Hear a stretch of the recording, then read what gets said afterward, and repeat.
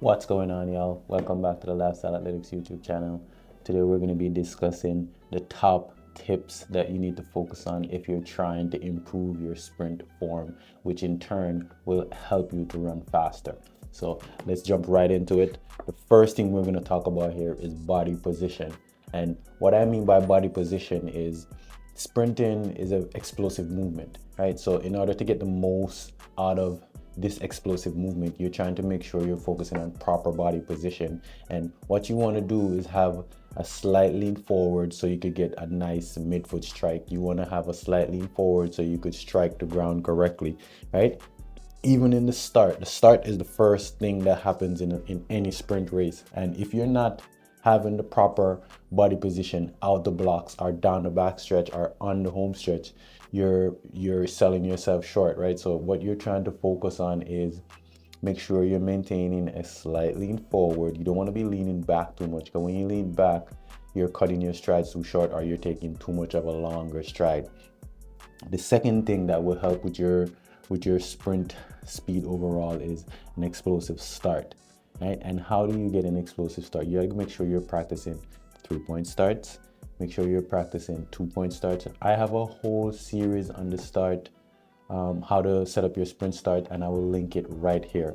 The third thing you want to focus on is arm action. Make sure that your arms are going back and forth and not across your body.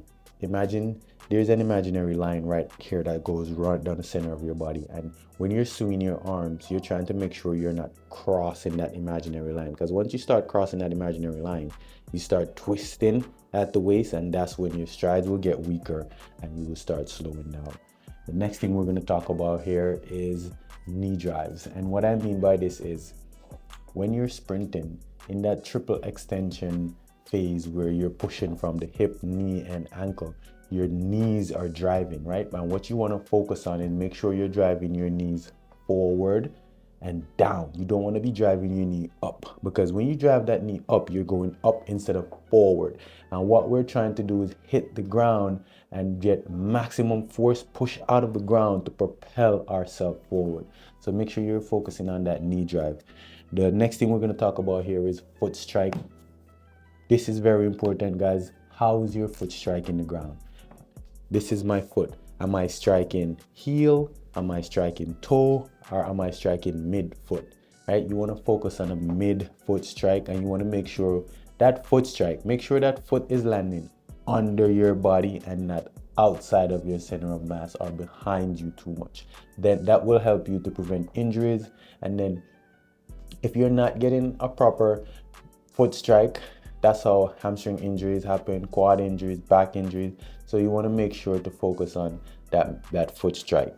The next thing we want to talk about is cadence. And what I mean by cadence is stride frequency. Each step you're taking, are you taking fast steps? Are you taking long strides? Or are you taking more powerful strides? So I have this theory that in the 400 meters or the 100 meter, 200 meters, stride length and frequency is what separates you from running a mediocre time to running a really fast time. And how you get the most out of your stride length and frequency is to, in training, when you're training, make sure you're focusing on more powerful strides. So it should feel like you're pushing out of the ground. It shouldn't feel like when you take a step, it's almost like you're blocking and slowing down, or you have to reach for the step where your hamstrings are stretching out, right? You want to make sure it's powerful and it's very explosive.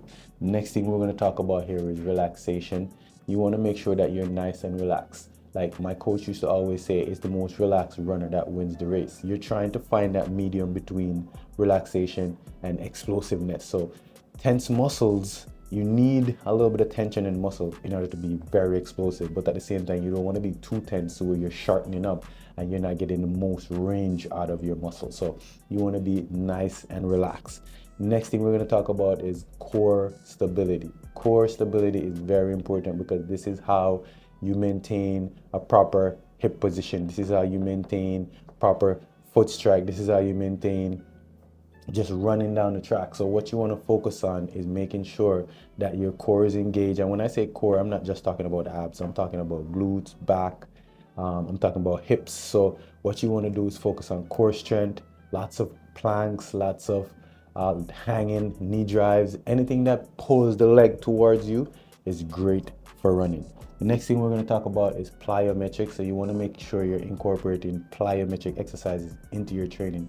And you could start with low impact plyometric, then you get into more high impact. So low impact for me would be like calf hops, single leg hops, and pogo hops, stuff like that. High impact plyometrics would be more like hurdle hops or like depth jump, box jumps, and stuff like that. Hill sprints, bound-ins, those would be great. Next thing we're going to talk about is very important here, which is sprint drills. You want to be making sure you're doing sprint drills every day in your training session. It's just like a basketball player. They go in the gym, they shoot the basketball every day. You're a track athlete. You mainly rely on your sprint form to get you down the track. So make sure you're doing sprint drills every day. And the last thing we're going to talk about here is video analysis. Record yourself. Record everything. Watch everything. I'm a visual learner. I have everything recorded so I could watch it back and see what I'm doing right, see what I'm doing wrong. So make sure you're recording everything, guys. And if you like this type of content, stay tuned. I have more informative videos coming your way.